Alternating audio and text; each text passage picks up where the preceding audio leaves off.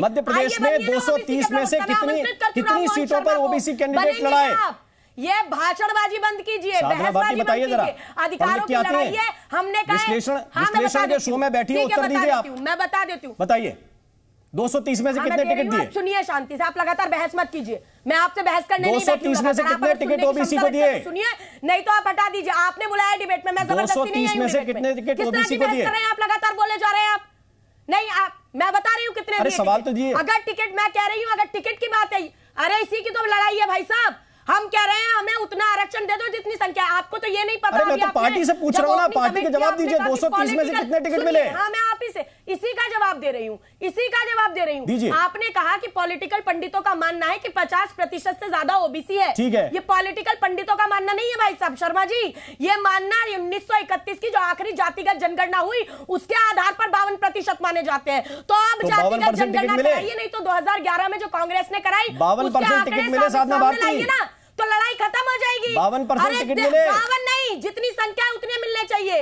मैं तो कह रही हूँ जितनी संख्या उतने मिलने चाहिए। मैंने पूछा 230 में से कितने टिकट मिले? ये ओबीसी मोर्चा के चीफ को पता नहीं 230 में से कितने टिकट मिले? और पिछड़े ये ओबीसी मोर्चा के चीफ को पता नहीं 230 में से कितने टिकट मिले? बोलिए हाँ या ना। सहित सर्व समाज को। अरे बता तो दीजिए 230 में से कितने टिकट मिले? मेरे सवाल का जवाब ही नहीं दे रही बताइए ना, कितने ओबीसी हैं? 52। अरे 230 में से कितने टिकट मिले साधना भारती? बताइए ना, बताइए ना कितने टिकट मिले? पहले आप बताइए, आपने कितने कर्मचारी ओबीसी रखे हैं? अरे साधना भारती जी, महासभा की मुख्य संयोजक साधना भारती जी, मैं खुद कर्मचारी हूँ। रखे 52%। साधना भारती जी, मैं खुद कर्मचारी हूँ। मेरे नीचे कोई कर्मचारी काम नहीं करता। राममोहन जी, मैं उत्तर दे देता हूँ, इन्हें मालूम नहीं। राममोहन जी, मैं उत्तर दे देता हूँ। सॉरी साधना भारती, आप पढ़ के नहीं आए। जवाब भी मैंने 10 बार एक सवाल पूछा, 230 में से कितने ओबीसी को टिकट मिले? आप क्या ओबीसी की बात करेंगे? जब खुद जवाब भी सुनिए, सिर्फ बोलते रहने से बात नहीं बनेगी। अब जवाब भी 230 में से आपको मालूम? चलिए साधना जी, अब जवाब भी सुनिए। केवल भाषण, कोई फिगर नहीं, कोई डेटा नहीं, केवल भाषण, केवल भाषण, केवल तकरीरें। 230 में से कितने टिकट मिले?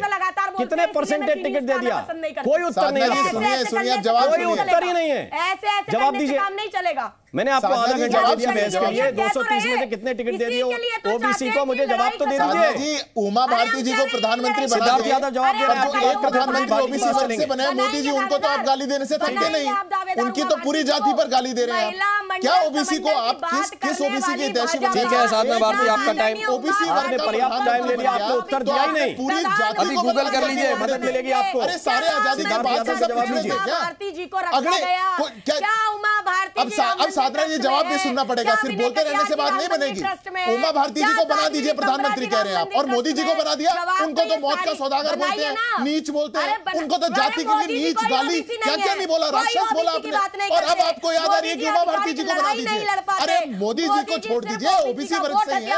अगर आप ओबीसी के हितैषी हैं तो। और आज एक मोदी के प्रति आपकी घृणा वो इतनी बढ़ गई कि आपने उनकी पूरी जाति को बता दिया। अरे घृणा छोड़ दीजिए। और कौन से एफिडेविट की बात कर रहे हैं आप? एफिडेविट की बात करनी है साधना जी, तो एफिडेविट वो भी याद करिएगा जो पी चिदम्बरम जी ने सदन में खड़े होकर के बोला था।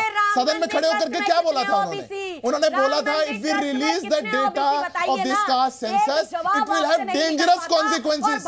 क्यों बोला था ऐसा?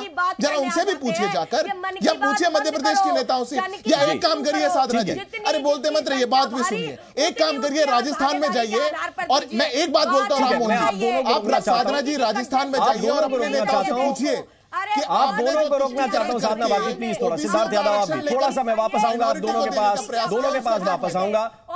थोड़ा डेटा, थोड़ा रिसर्च, थोड़ा सा समय अपनी बारी में मिले तो सही से जवाब दीजिएगा। प्रदीप भाटी को मैं इन कराना चाहता हूं चर्चा में। प्रदीप भाटी जी, क्या इसीलिए अखिलेश यादव खुले मंच से, चुनावी मंच से ये बार बार कह के गए कि जो जातिगत जनगणना की बात कर रहे हैं, ये जातिगत जनगणना की बात करते हैं लेकिन कराते नहीं हैं। जातियों की बात करना और उनको अधिकार देना दोनों अलग अलग बातें हैं।